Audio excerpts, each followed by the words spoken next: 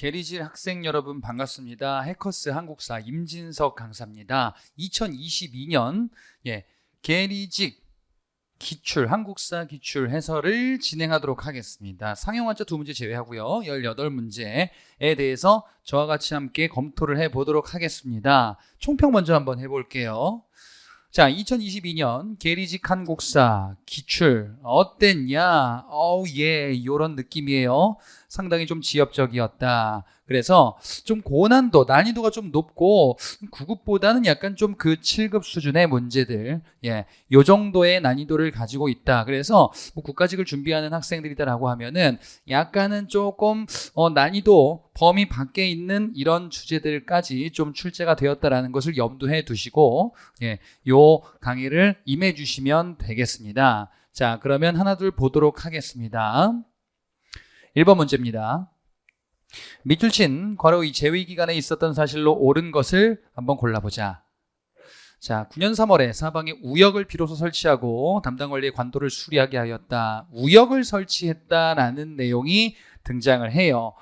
삼국시대 때 우역을 설치했다라는 거는 5세기 소지마리간 당시에 신라에서 나타나는 이러한 제도 정비임을 파악하시는데, 이는 약간은 출제 빈도는 좀 떨어지는 포인트예요. 여러분들이 뭐 공부는 다 하셨다면은 이런 것은 파악할 수는 있지만 출제 비중은 조금 떨어지는 주제를 가지고 와서 난이도를 조절했습니다. 그래서 이 제위기간이다라고 하면은 신라 소지마리간 당시의 모습을 골라주시면 되겠습니다. 1번.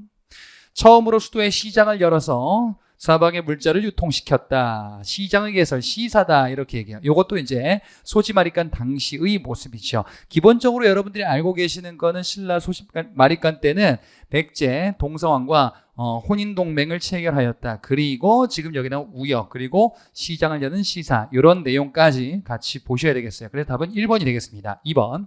중앙관서를 22부로 정하고 수도를 5부로 편제하였다. 일단 요거는 신라가 아니죠.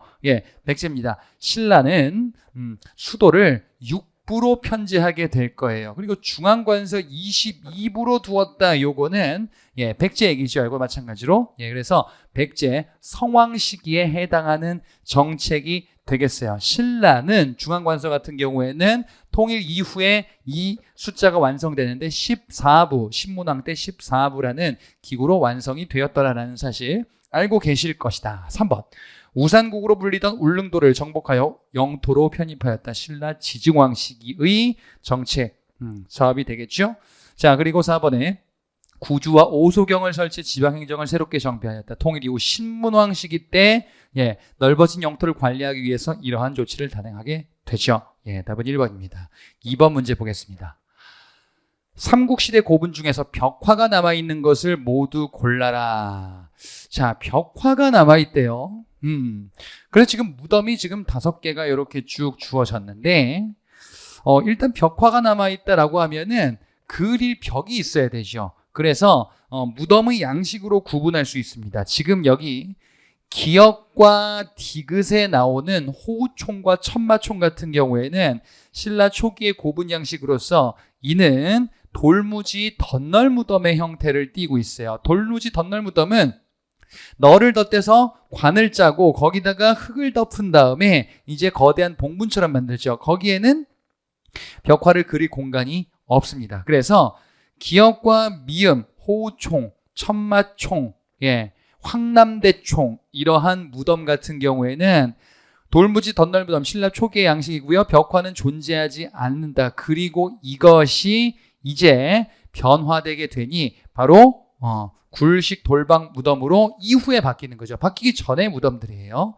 니은, 디귿, 리을은 고구려 굴식 돌방 무덤의 대표적인 무덤들이에요.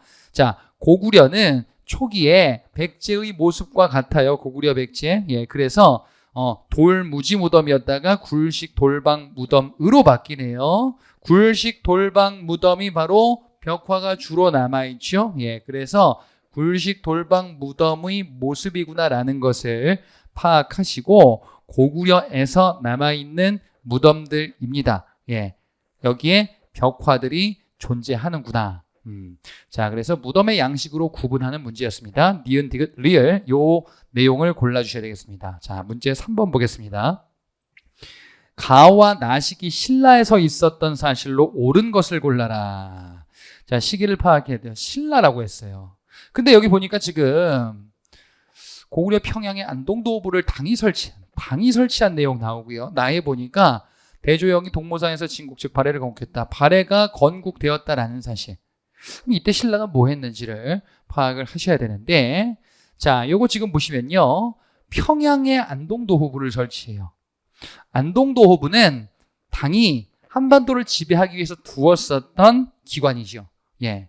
그래서 안동도호부 말고 또 뭐 있었냐면요. 웅진도독부, 계림도독부, 그리고 안동도호부. 자, 당이 안동도호부를 설치하는데 요게 단서야. 평양인지 요동인지 요걸 보셔야 돼.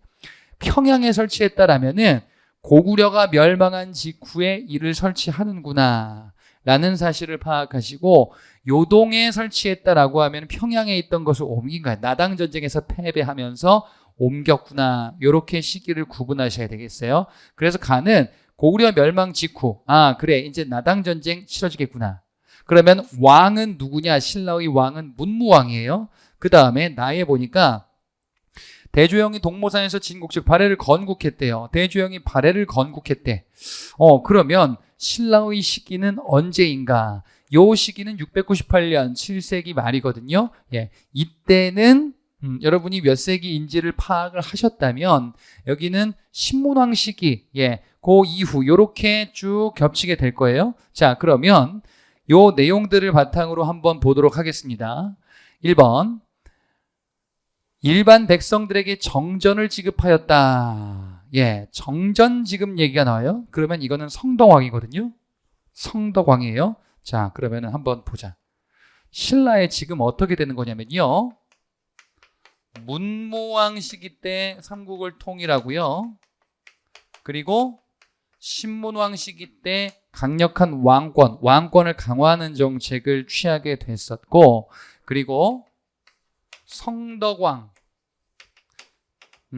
정전을 지급하게 되죠. 자, 근데 이 성덕왕 시기 때 발해의 왕이 누구인가 하니 이때 신라가 당과 국교를 재개하거든요. 왜?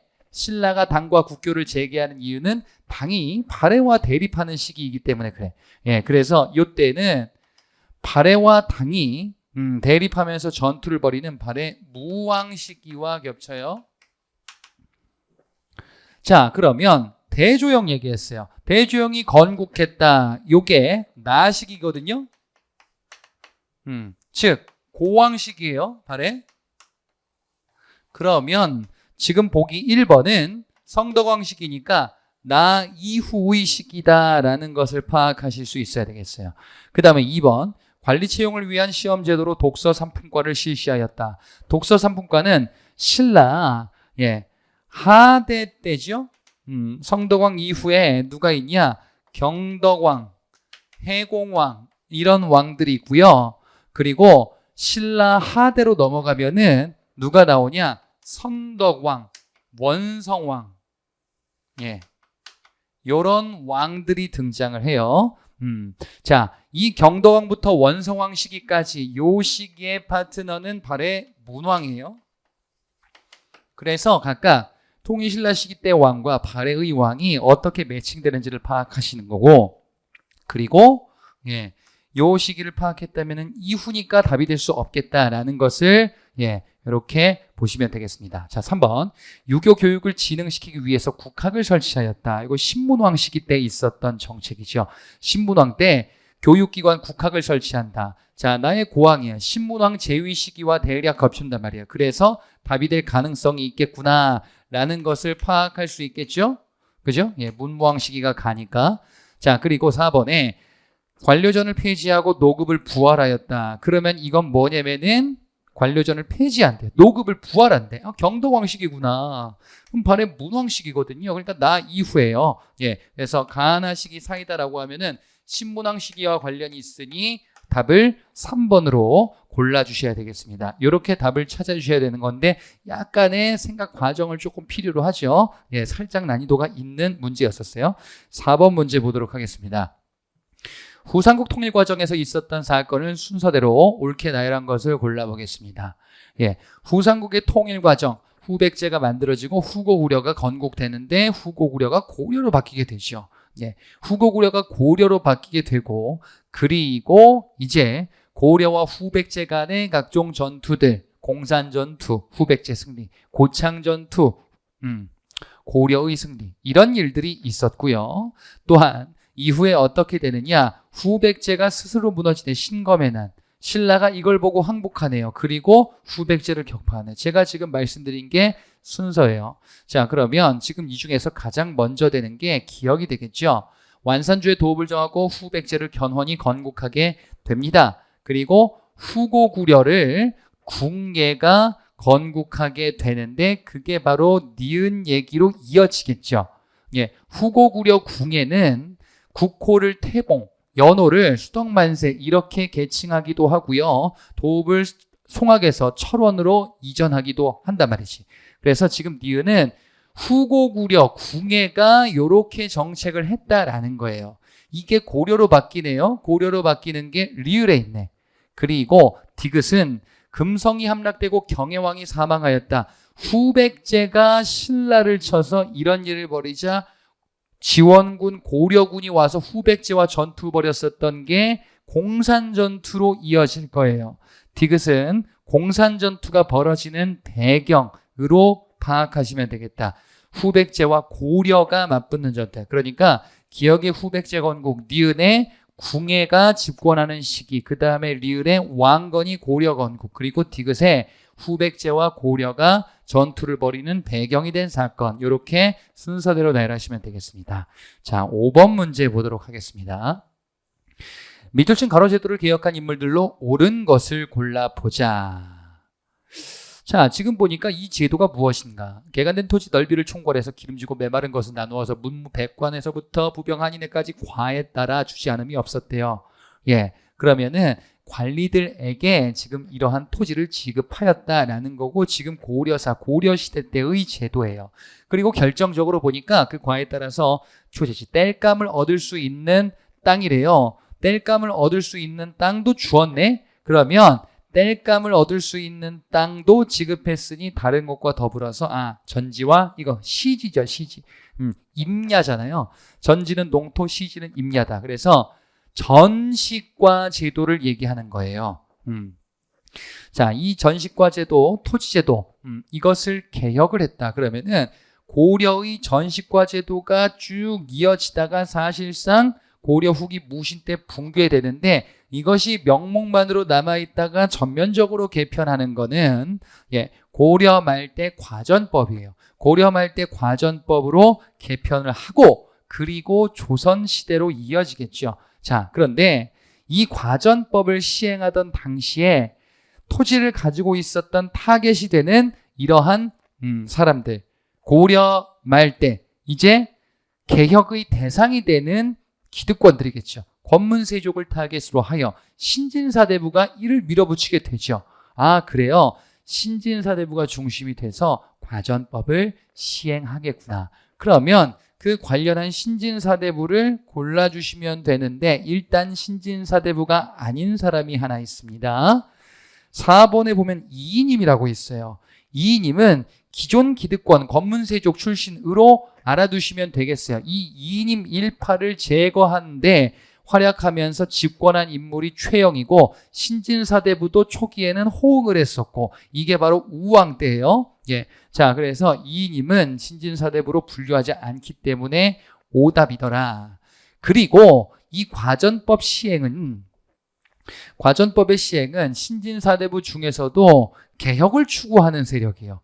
신진사대부인데 개혁이 아니라 약간 보수적인 색채가 있는 사람들. 자, 신진사대부의 계보는 안향, 이재현, 이색, 정몽주, 정도전 이렇게 이어진다라고 알고 계실 거예요. 그런데 여기에 이색이라는 인물은 보수적인 색채가 강한 신진사대부예요. 그래서 이 제도 시행과 직접적으로 관련이 없습니다. 그래서 이색을 제거하셔야 되겠다.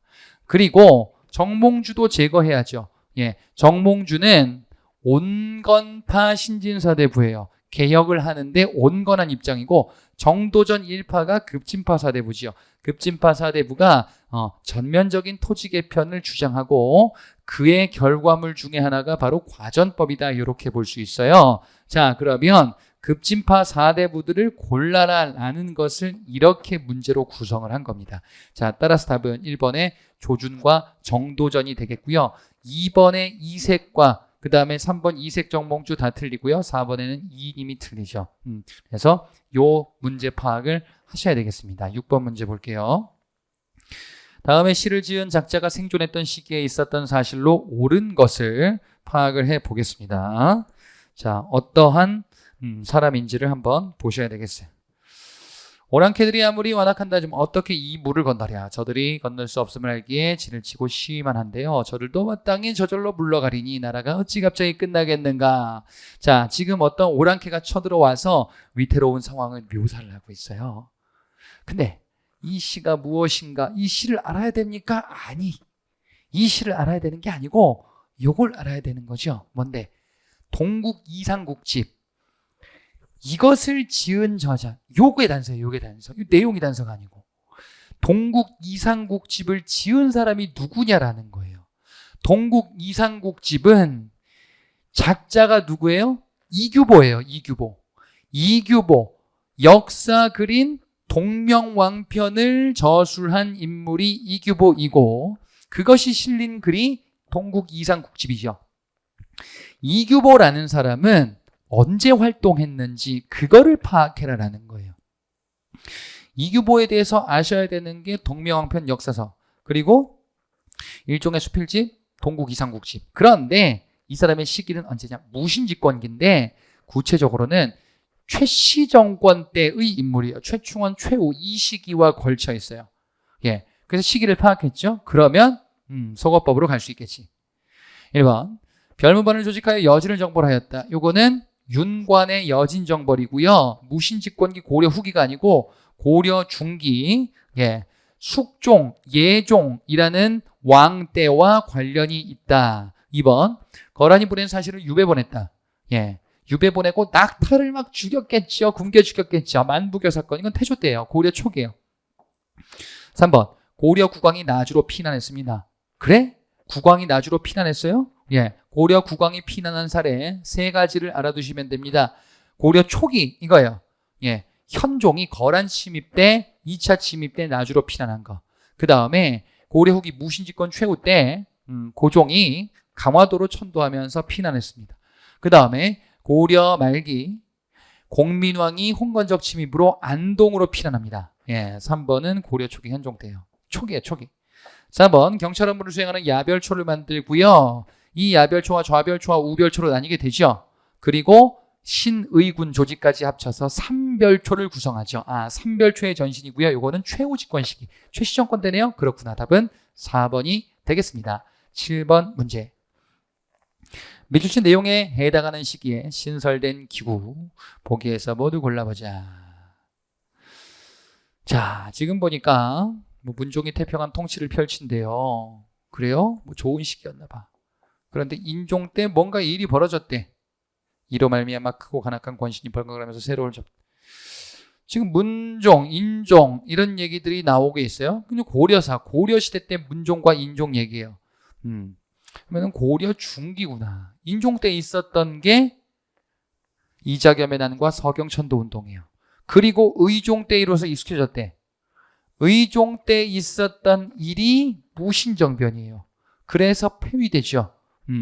그러면 이로 말미암아 이런 일이 벌어졌다라고 하니까 고려 중기 때 이렇게 잘 됐는데 뒤로 갈수록 좀 이상해지다가 이제 무신정변으로 크고 간악한 권신, 즉 무신들이 통치하는 시기로 접어들었다라는 거예요.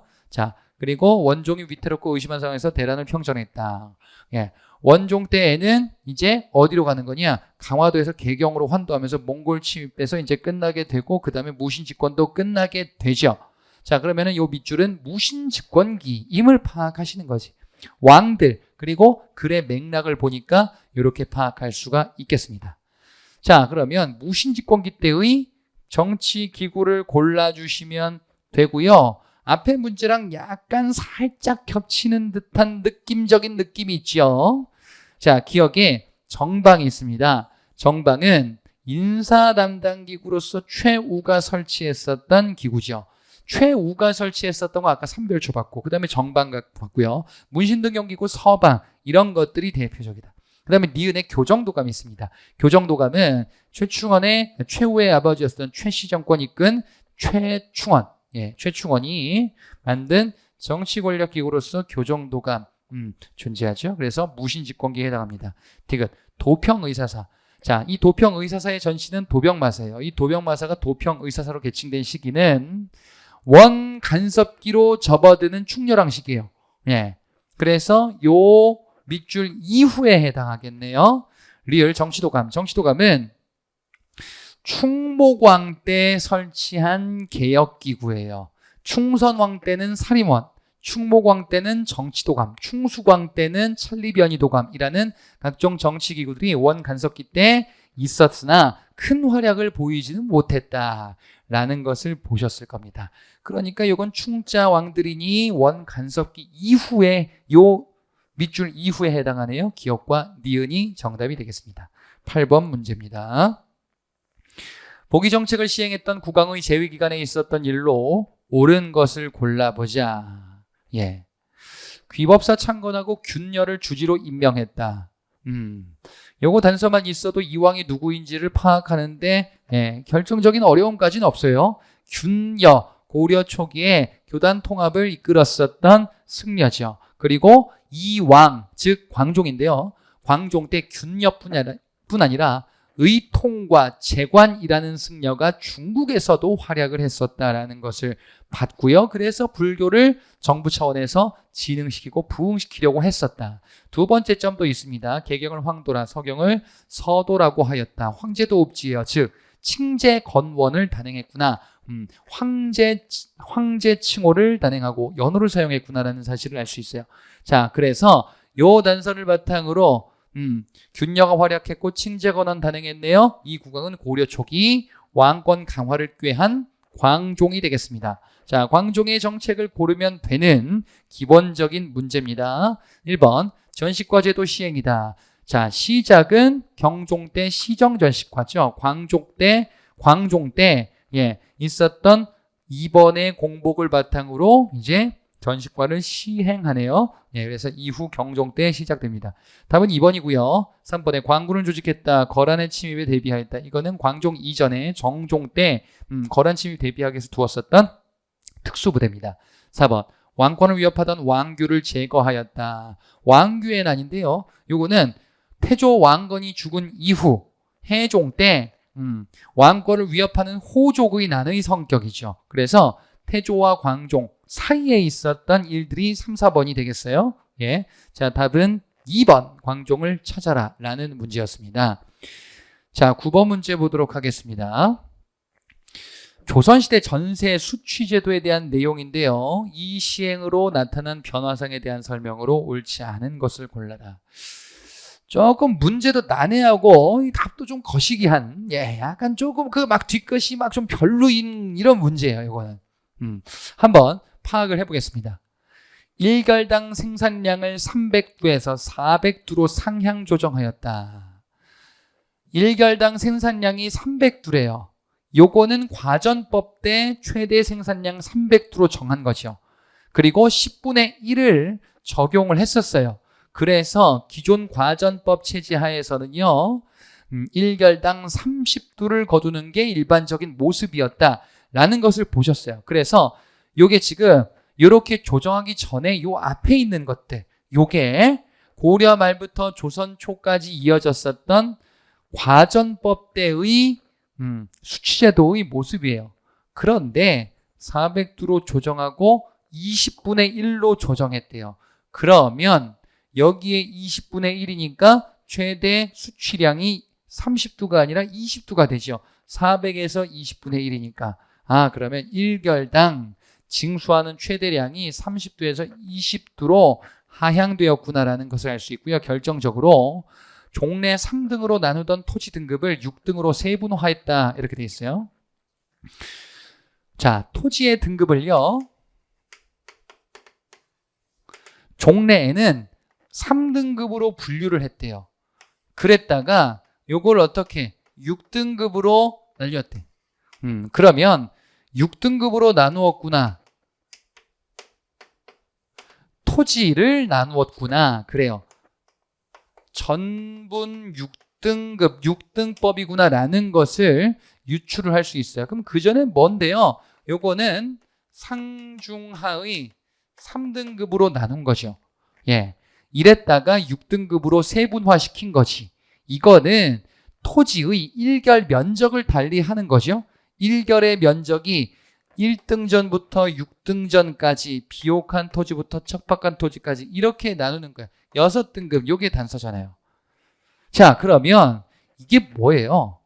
전분 6등법과 연분 9등법이에요. 연분 9등법은 뭔데요?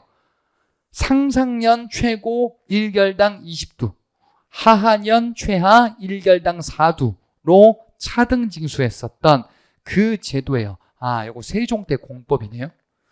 세종 때 공법 시행으로 나타난 변화상이 아닌 것을 골라라라는 거예요. 1번 보겠습니다. 토지 등급과 작황 정도에 따라서 전세를 차등 징수하였다. 토지 등급 전분 6등법, 작황 정도 풍흉에 따라서 연분 9등. 전세를 차등 징수하죠. 1결에 20두에서 4두까지 자, 9등급으로 나누어서 징수를 하죠. 자, 그래서 1번 틀린 데가 없습니다. 2번 이 제도는 전라도부터 시행하여 점차 전국으로 확산되었다. 지역적인 주제가 나왔어요. 세종 때 시행된 공법은 전라도를 중심으로 전라도, 경상도, 충청도 일대의 하삼도에 적용이 될 거예요. 그리고 전국적으로 적용이 되는데 요거는 다소 지역적인 내용이에요. 자, 세종 때 공법에서 여러분이 뭘 보셨냐면요. 설문조사를 했다, 찬반을 물었다라는 거 있어요.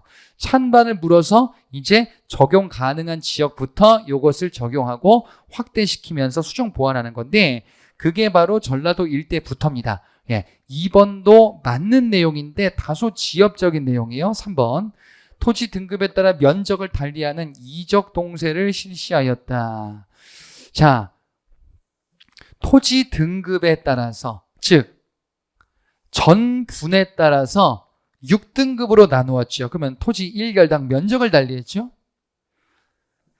전분에 따라서 1결당 면적을 달리하죠. 맞아요. 이적 동세를 실시했다. 토지의 집적이 다른데 동일한 세금 요것을 실시했다라는 거예요. 자, 잘 이해하셔야 돼. 토지의 1결당 면적이 6등급, 그 다음에 여기 1등급이죠. 1등급, 6등급으로 이렇게 세분화되게 되죠. 1결의 면적이 가장 비옥하면 요 정도. 그죠? 반면에 가장 척박하면은 이렇게 넓게 6등급으로 이렇게 된단 말이죠. 그러면 토지의 1결당 면적이 이렇게 다르죠. 그런데 1결당 면적이 달라도 1결, 이것도 1결이니까 여기에 적용되는 세금은 같겠죠. 1결당 만약에 14두예요. 그러면 여기서 14두, 여기서 14두. 그렇죠? 1결의 기준이 다른 거지 1결이 정해지면은 요거는 액수는 같은 거예요. 그래서 이적 동세다라는 게 맞아요. 근데 왜 이게 틀렸냐? 글쎄요. 다소 좀 애매한데 사실 이적 동세 1결당 면적을 달리하는 거는 요것도 마찬가지, 요것도 마찬가지예요. 그래서 바뀌었다라고 하더라도 이게 그 원칙 자체가 새로이 시행된 건 아니에요. 나타난 변화상이다라고 하니까 이건 변화는 아니 이게 무슨 문제가 뭐 이렇습니까? 그래요. 약간 조금 이거는 틀리라고 작정하고서 각 잡고 만든 문제. 출제위원들이 그런 문제니까 사실 9번 문제는 틀려도 이상할 건 없는, 여러분의 합격에 크게 영향을 주진 않을 거예요. 물론 찍어서 맞췄다라고 하면 당연히 도움이 되겠지만, 요거 틀렸다고 이거 진짜 내가 다른 거 다 맞았는데 이거 틀렸어, 떨어졌네, 이렇게 영향을 주는 문제는 아닙니다. 출제자가 각 잡고 장난친 문제예요.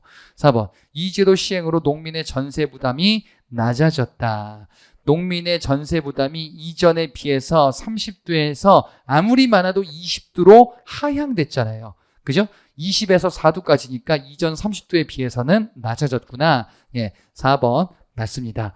답은 그래서 3번인데 다소 조금 거시기한 문제의 성격을 띠고 있어요. 10번 문제 보겠습니다. 자, 조선전기 노비에 대한 설명으로 옳은 것을 골라보는 문제입니다. 조선전기라고 시기를 특정해 두었어요. 그러면은 조선전기가 아닌 게 있을 거예요. 나머지 3개가. 1번, 노와 양녀 사이에 태어난 소생을 모의 신분에 따라 양인으로 삼는 노비 종모법이 시행되었다. 노비 종모법의 시행이 언제이냐? 이건 노비 종모법이 이런 것이다라고 서술하고 있어요. 노비의 신분이 어머니만 따르는 거지. 그 전에는 어머니든 아버지든 노비 신분이 있다라고 하면은 자식은 무조건 노비, 즉 일천즉천이었다가 노비 종모법으로 바뀌게 되네요. 이건 언제? 조선 후기 영조 때 이런 제도가 시행이 되죠. 자, 그래서 1번 조선 전기가 아닙니다. 2번 중앙관청에 소속된 공노비 가운데서는 하급 기술관직에 임용되기도 하였다. 그렇지요. 대표적으로 세종 때 활약한 장영실이 이와 같은 출신으로 알려져 있기도 하단 말이죠. 그래서 2번 맞습니다. 유외 잡직이다, 이렇게 이름을 붙이기도 했다라는 것을 여러분 공부하시면서 학습하셨을 겁니다. 3번, 부족한 군역 자원을 확충하기 위해서 양인과 함께 노비를 소고군에 편제했대. 소고군, 노비가 여기에 편제됐구나. 그런데 이 소고군이 언제냐 이거예요. 조선 후기의 지방군이죠. 그래서 조선 후기에서 등장하는 내용이네요. 시기가 맞지 않습니다. 4번, 국가에 소속된 공노비의 도망이 속출하자 내시노비 중 일부를 속량하기도 하였다. 자, 노비들이 도망간대요. 노비를 쫓는 막 추노도 나오겠죠. 그죠? 노비들이 막 도망가면서 신분제가 문란해지고 그리고 속량한다라는 거는 이제 풀어줬다라는 거예요. 그래서 이거는 조선 후기 신분제도가 변화되는 모습의 일부다.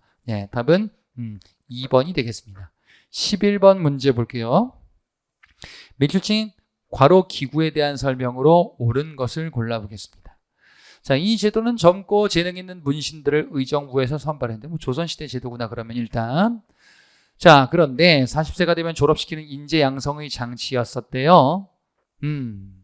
그리고 마지막에 보니까 이 제도는 국왕의 친위 세력을 육성하고자 하는 목적, 즉 왕권 강화를 목적으로 했다라는 거예요.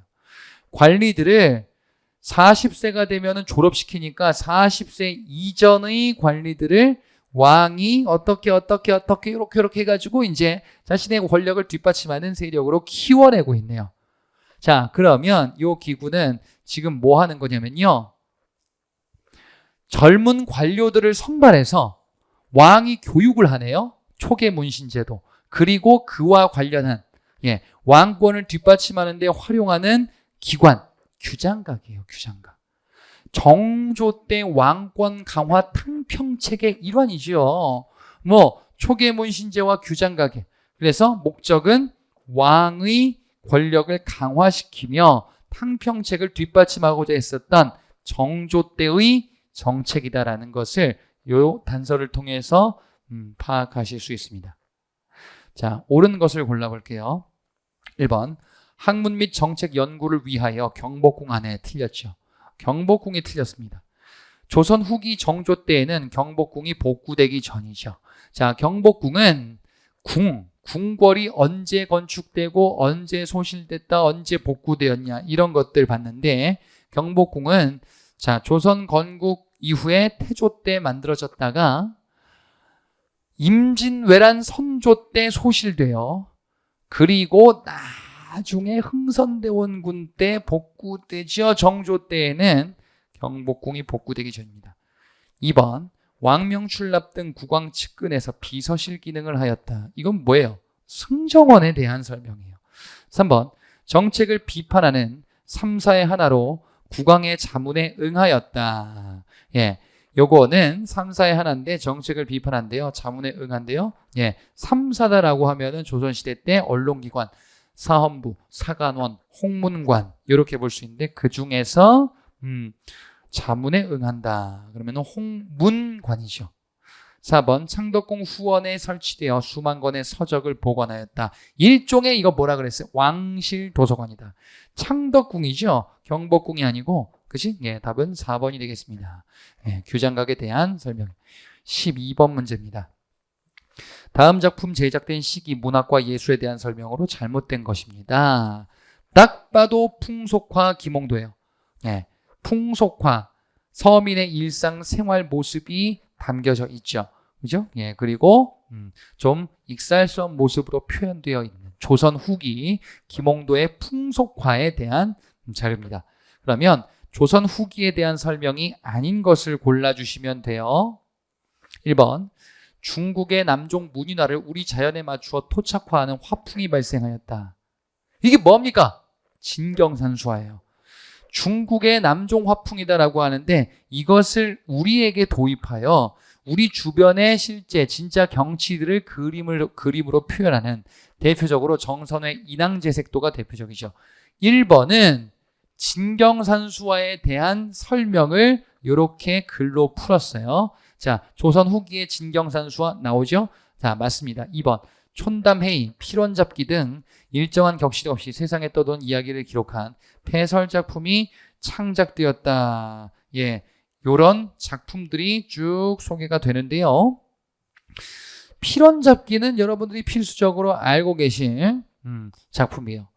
조선 초기에 예, 서거정의 필원잡기, 성현의 용제총화 같은 이러한 폐설작품들, 예, 폐설작품 또는 수필집의 성격이다 라고 보시면 되는데요. 또는 설화문학 이렇게 파악하셔도 되겠어요. 자, 지금 이런 작품들이 나오는데요. 촌담회의라는 것도 마찬가지인데요. 이건 필수 암기사항은 아닙니다. 예, 이거는 성종 때 강희맹이 썼었던 작품이에요. 필원잡기를 단서로 잡고 시기를 파악하시면 돼요. 이거는 조선 초기에 해당합니다. 자, 그래서 오답이에요. 2번 서양식 화법이 도입돼서 원근법을 사용하거나 인물의 측면을 묘사하는 그림이 등장했다. 원근법을 사용한 서양의 화풍. 바로 이제 조선 후기에 등장하는 강세왕의 영통골 입구도와 같은 그림이 대표적이죠. 네, 조선 후기의 모습 맞습니다. 4번 양반사회 비판은 양반전, 허생전, 호실 등의 한문 소설이 지어졌다. 예, 는 박지원의 한문 소설, 조선 후기에 예, 이런 것을 풍자하는 성격이 강하다라고 보셨고요. 한문 소설. 그리고 이거 말고도 이제 한글 소설도 당연히 유행하죠. 자, 답은 2번이 조선 초기 시기적으로 맞지 않습니다. 13번 문제입니다. 기역 니은에 들어갈 내용이 바르게 짝지어진 것을 골라보자. 조선 전기에 자, 기역이 저술한 니은은 예로부터 어쩌고 저쩌고, 그 어쩌고 저쩌고가 뭔가 보니까 꽃과 나무 이런 것에 대해서 설명하고 있고 이런 의미까지도 논하고 있대요. 꽃과 나무, 조선 전기래요. 조선 전기에 꽃과 나무다라고 하면 일종의 농서의 성격을 띠고 있어요. 그게 뭔데? 꽃, 화해, 양화소록이 대표적이에요. 예, 강희안의 양화소록은 조선 전기의 대표적인 농서 중에 하나인데, 예, 중요도는 약간은 떨어지나 그것이 무엇인지 단서는 파악하고 계셔야 되겠어요. 꽃화자죠. 그죠? 그래서 양화소록입니다. 2번의 양성지의 농잠서는 답이 될 수 없어요. 요거는 지금 남아있지 않습니다. 예, 이런 게 농서로서 있었나 보다 보고 넘어가시고요. 그 다음에 3, 4번이 남았는데요. 다 알고 계셔야 되는 농서들이에요. 강희맹의 금양잠록이 있습니다. 강희맹이 썼던 금양잠록 말고 사시찬요도 있어요. 사시찬요는 사시, 네 계절의 농법을 정리한 거고요. 금양잡록은 요거는 뭐 기초적인 내용이죠. 경기도 시흥지방 즉 금양지방의 농법. 그래서 3번이 답이 되려면 금양지방, 시흥지방 그 지역이 나와야 돼. 그럼 오답이죠. 4번에 신속의 농가집성은 조선 전기가 아니죠. 이거는 조선 후기의 농서예요. 신속의 농가집성, 박세당의 색경, 홍만선의 산림경제, 서호수의 해동농서 이런 것들 다 조선 후기에 왔었던 농서입니다. 자, 그래서 답은 1번. 서적을 키워드로 구분해서 답을 찾는 문제 패턴이었습니다. 14번 문제 보겠습니다. 보기 궁궐에 대한 설명으로 옳은 것을 골라보자. 이번 그 계리식 문제는 약간 좀 또 이 출제자분들의 손발이 조금 안 맞았던 것 같기도 하고. 왜요? 궁궐 문제가 또 나왔잖아요. 아까 간접적으로 물어보긴 했는데, 그치? 그리고 앞서 본 것처럼 무신집권기 때 막 정치 조직 이런 것들도 뭐 겹쳐요. 그래, 우리는 수험생 입장에서 풀어보자 이거지. 자, 보기 궁궐에 대해서 조선시대 궁궐에 대해서 묻는 문제입니다. 본래 월산대군의 지퍼였는데 임진왜란 이후 선조의 임시거초로 이거 보면 딱 알겠죠. 뭔데요? 임진왜란 때 선조가 의주 갔다가 돌아왔는데 궁 쓸 게 없어서 월산대군의 이 사절을 궁으로 활용하기 시작을 했네. 경운궁이죠. 그래요. 경운궁이에요. 그랬다가 나중에 이런저런 일들이 있었대요. 석조전에서 미소 공동회를 열렸다? 경운궁 석조전? 이상한데? 예. 대한제국 시기 때 덕수궁으로 개칭됐었던 궁궐이죠. 그래서 이 보기의 궁궐은 경운궁 이후에 개칭된 덕수궁에 해당합니다. 자, 그러면 보기를 보도록 하겠습니다. 1번. 도성의 동쪽에 위치하여 동궐이라 불리기도 하였다. 아니지요. 아니다. 뭐가? 궁궐은 경복궁을 기준으로 얘가 북궐이죠. 이쪽에 동궐, 이쪽에 서궐 위치상 이렇게 구분을 하는데 동궐로 분류하는 게 창덕궁, 창경궁 이렇게 있고요. 서쪽에 위치한 서궐로 분류하는 게 경경이 있죠. 경운궁, 경희궁 요게 서궐이에요. 그러면 지금 우리가 보는 게 경운궁 즉 덕수궁이니까 경복궁 기준 서궐이냐 동궐이냐 서궐이죠. 자, 그래서 틀렸습니다. 1번은 창덕궁과 창경궁 얘기예요. 2번 전통 정원 조경의 자연미와 인공미가 조화를 이룬 후원이 유명하다. 아까 규장각 얘기할 때 창덕궁 후원 얘기했었잖아요. 창덕궁이에요. 창덕궁. 그래서 이 가치를 인정받아 유네스코 문화유산으로 유일하게 지정이 된 거죠. 3번 흥선대원군 왕건강의 강력한 의지에 따라 중건되었다. 경복궁 중건사업 경복궁이에요. 4번 악원파천 이후 고종이 옮겨왔어요. 어디로? 경운궁으로 환궁했다라는 것을 보셨을 겁니다. 그래서 대한제국을 선포하죠. 자, 답은 4번의 경운궁입니다. 이게 뭐로? 덕수궁으로 개칭됐구나. 답은 4번. 15번 문제입니다. 다음 정책 결과로 옳지 않은 것을 골라보자. 자, 보도록 할게요. 총독부는 15년 동안 토지 개량과 농사 개량을 통해서 식량 생산을 대폭 늘렸대요. 식량 생산을 대폭 늘려서 일본으로 더 많은 쌀을 가져가고 조선의 농민 생활도 안정시킨다는 계획을 세웠다. 자, 식량 생산을 늘리는데 일본으로 더 많이 가져가네요. 조선의 농민 생활도 안정시킨대. 그래. 그러면 요거는 바로 산미 증식 계획이다 라는 것을 파악할 수가 있겠죠. 예. 증산된 양보다 더 많은 양을 가져간다. 그래서 일본의 부족한 식량을 조선에서 해결하고자 하는 일제강점기 때의 수탈 정책이다 라는 것을 파악할 수 있어요. 옳지 않은 걸 골라볼게요. 산미 증식계획 그 정책 자체를 물어보니까 1920년대에 행해졌던 정책이죠. 1번 조선인 자작농이 감소하고 소작농이 급증하였다. 왜? 농민 생활이 몰락하니까. 예, 소작농이 증가한다라는 것은 자작농의 감소에 따른 결과물인데 자작농이 감소한다. 소작농이 증가한다. 이는 농민 생활이 어려워졌음을 알려주는 단서고요. 농민 수탈 정책의 공통적인 결과물이에요. 2번. 미단작화로 경제구조의 파행성이 심화되었다. 그래요. 쌀을 가져가려고 하니까 쌀을 주로 재배해서 일본의 부족한 식량을 충당하려고 하는구나. 그러면 쌀만 주로 재배하게끔 강요하는구나라는 것을 유추할 수 있어요. 3번. 전국 토지의 토지대장 지적도 등기부가 작성되었다. 이거는 토지의 현황을 파악하는 거네요. 예, 식량 생산이라는 이런 구체화된 작업이 아니라 토지의 그 기반을 조사하고 있네. 3번은 1910년대 토지 조사 사업에 해당되는 내용이에요. 4번. 식량 부족분을 해결하기 위해서 만주산 좁쌀 등이 수입되었다. 국내에 부족한 쌀 문제를 바로 만주에서 잡곡을 수입하여 이를 해결하고자 하는 당시 일제의 산미 증식 계획의 연장 정책이에요. 예, 그래서 답은 3번 정책을 구분하는 문제였습니다. 16번 문제입니다. 자, 다음 시정 방식에 따른 통치가 이루어진 시기에 일어난 대중운동으로 옳지 않은 것을 골라보자. 자, 보니까 지금 총독은 문무가 어느 길 임명할 수 있는 길을 열고, 즉 무관뿐 아니라 문관 총독 임명도 가능하도록 한대요. 나아가 헌병에 의한 경찰제도를 바꿔서 보통경찰, 헌병경찰제를 보통경찰제로 바꾸도록 한다.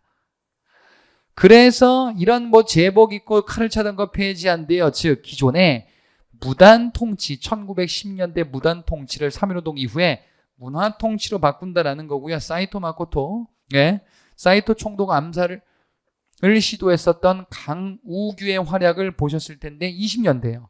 20년대 총독이에요. 자, 그러면 이 시정방침이 이루어지는 시기, 예, 그러면 이건 뭐냐? 바로 1920년대에 있었던 정책이다라는 것을 파악할 수 있는데 당시 대중운동으로 옳지 않은 것을 골라버려요. 다소 마이너한 주제예요. 1번. 전국 규모의 노동자 조직으로서 조선 노동공제회가 결성되었다. 조선 노동공제회, 이러한 조직이 발전하는 게 조선 노동총동맹으로 발전하는 거예요. 예, 공제회가 총동맹으로 발전하는데 이게 다 1920년대에 있었던 노동운동의 결과물 조직들이에요.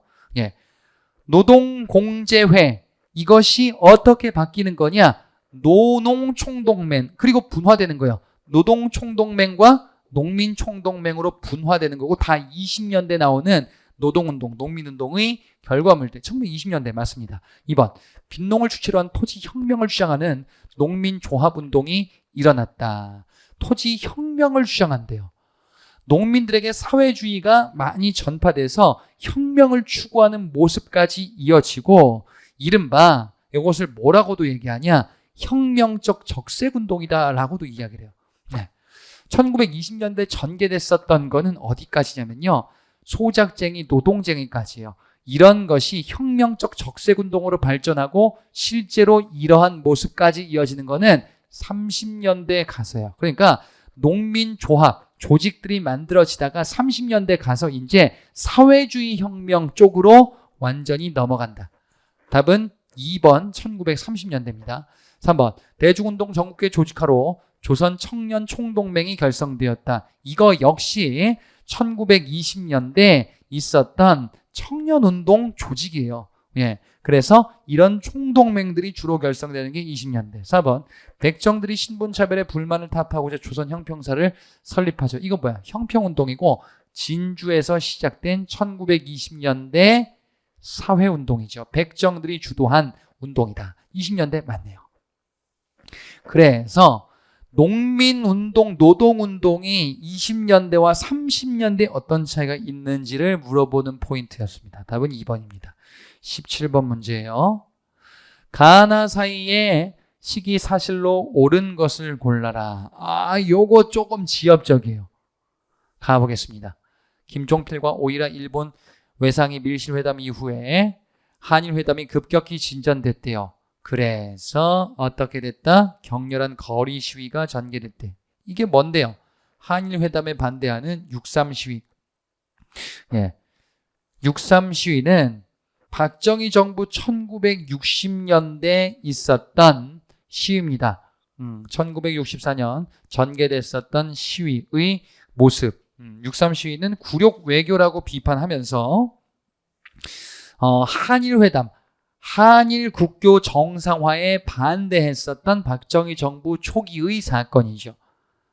나의 한일 양국은 일본 도쿄에서 한일 기본조약 조인식을 강행했대요. 하지만 사죄 명시되지 않았구나. 이건 1965년에 이러한 한일회담의 결과로 한일 기본조약 국교 정상화가 이루어졌다. 64년, 65년 이렇게 해당되는 박정희 정부 초기의 정책들이거든요. 자, 그러면 그 사이에 있었던 일로 옳은 것을 한번 골라보겠습니다. 자, 어떤 것이 있는지를 한번 보자. 1번에 정부는 계엄령을 선포하고 인민혁명당 사건을 조작 발표하였다. 인민혁명당 사건은 반공정책, 정부의 반공정책 또는 정권 연장 수단의 일환으로 조작된 사건을. 인민혁명당 사건은 박정희 정부 초기에 있었고요. 유신체제 때에도 비슷한 사건이 있어요. 인민혁명당 사건이 바로 지금 요 사이 시기에 해당하고요. 요게 이제 64년에 벌어졌었던 박정희 정부가 반공정책을 하는 시기와 관련이 있어요. 근데 요게 유신체제 때에는 민청학년 사건이다라고 해서 인민혁명당을 재건하는 관련된 인사들을 체포했다라면서 유신체제 때 독재 정치를 뒷받침하는 수단으로 악용할 겁니다. 답은 1번이 돼요. 2번 베트남 전쟁에 대한 전투부대 파병 동의안이 국회에서 통과되었다. 전투부대 파병 동의안, 베트남 전쟁은 비전투병 파병부터 시작합니다. 그리고 전투부대 파병으로 넘어갈 거예요. 요거는 베트남 전쟁 파병이 64년이고요. 그 다음이 65년에 이렇게 전투부대로 넘어가는데 시점으로 봤을 때는 나 이후에 해당합니다. 한일 기본조약 마무리하고 이제 돈 받겠구나. 그래서 또 돈 벌자. 전투부대 파병으로 확대되면서 박정희 정부가 초기에 캐시를 모으는 정책이에요. 그렇게 이해하시면 되는데 나 이후에 해당되는 정책입니다. 3번 반공법과 데모규제법을 제정을 추진하여 거센 반대운동을 불러왔다. 이렇게 되어 있습니다. 자, 요거는 박정희 정부 초기에 있었던 정책인데요. 지금 이런 정책 하기 전에 있었던 반공정책의 일환이에요. 1961년에 추진됐었던 운동이 되겠습니다. 다소 지엽적인데 참고로만 보고 넘어가세요. 4번은 그냥 얼척없는 보기죠. 요거는 기본적인 내용이에요. 긴급조치가 발동되었다라고 되어 있어요. 긴급조치권이죠. 대통령의 긴급조치권은요. 1970년대 초 유신체제 출범 이후에 대통령에게 부여된 권한이죠. 그러니까 가나 이후 70년대에 해당하는 정책이다. 자, 답을 1번으로 고르는데 조금 난해한 문제입니다. 18번 문제 보겠습니다. 보기에 일어난 시간 순서대로 내용을 바르게 연결해 보자. 자, 보니까 지금 요거는 6.25 전쟁과 관련한 세부 사건들이죠. 기억 보겠습니다. 아르미의 작은 할아버지는 거제도 포로 수용소에서 제3국행을 결정하여 아르헨티나로 갔다. 거제도 포로 수용소. 그러면 요거는 포로 협상과 관련한 휴전 협상. 6.25 전쟁 휴전 협상 과정에서 포로 문제를 어떻게 할 것이냐, 본국 송환이냐, 자유의사에 따른 송환이냐 라는 걸로 이제 쭉 끌다가 결정된 게 자유의사에 따른 송환으로 결정되죠. 그래서 6.25 전쟁이 끝나고 포로 협상 과정에서 이런 주제가 나왔고, 그래서 그 결과로 이런 선택이 주어지는구나. 6.25 전쟁 끝난 거예요. 니은 수지 할아버지는 미군과 함께 인천에 상륙하여 서울 수복을 위해 진격했대요. 인천 상륙작전이네.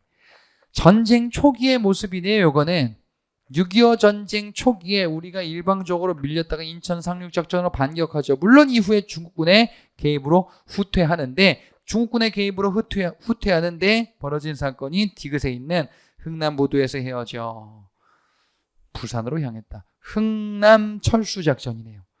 인천 상륙작전 이후에 흥남 철수작전, 그리고 휴전협상 이후에 나왔었던 그 포로 처리 문제 기억, 니은 디귿 기억으로 가는 기본적인 문제가 되겠습니다. 이렇게 문제를 정리할 수 있습니다. 여러분 지금 풀어보시니까요, 좀 지엽적으로 보이는 문제가 한 두 문제 있죠. 그죠? 예. 바로 뭐였었냐면요, 아까 그 세종 때 공법 문제, 그 다음에 박정희 정부 시기 때 있었던 인민혁명당 사건 문제, 요 두 가지를 제외하고 나머지는 여러분들이 좀 푸실 수 있어야 되는데 전반적인 난이도는 높았던 이런 시험임을 참고로 알아두시기 바랍니다. 저는 다음 기회에 뵙도록 하겠습니다. 마치겠습니다.